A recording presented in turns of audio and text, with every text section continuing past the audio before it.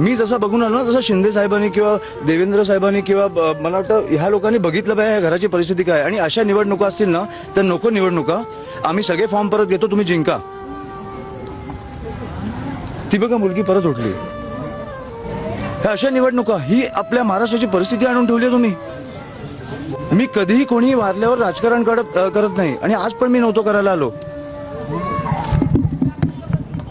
पण तुम्हाला कधीतरी कळणार आहे की नाही की तुमचे राज्य कुठे नेऊन ठेवलंय तुम्ही. मला वाटतं आपल्या सगळ्यातला एक माणूस जागा झाला पाहिजे आणि ह्या गोष्टींचा विचार केला पाहिजे.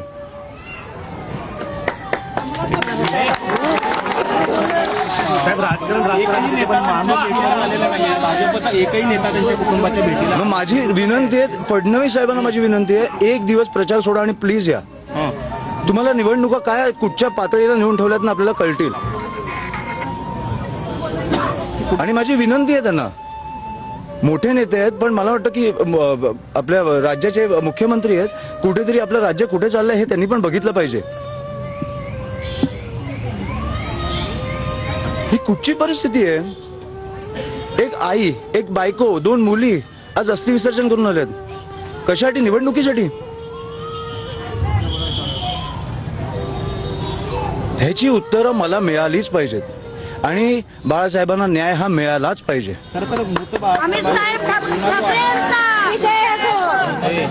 बाळासाहेबांवरती देखील गुन्हा दाखल झालेला आहे आणि त्यांच्या कुटुंबियावर क्रॉस कंप्लेंट.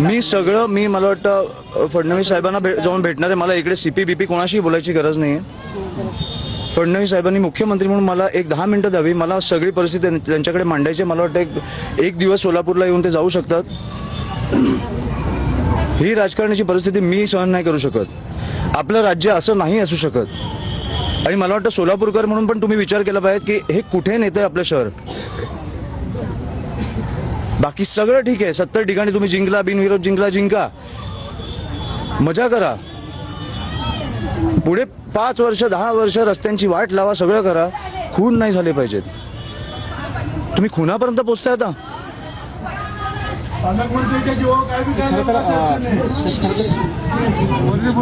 मला काही बोलायचं नाही. मी आता डायरेक्टली फडणवीस साहेबांना जेव्हा प्रचारात वेळ मिळाला मी त्यांना जाऊन भेटणार आहे. फडणवीस साहेबांशी मला वाटतं ते बोलले आहेत पण मी जाऊन भेटणार आहे तेव्हा त्यांना जेव्हा वेळ मिळेल तेव्हा मी जाऊन भेटणार आहे. सगळं मी करणार.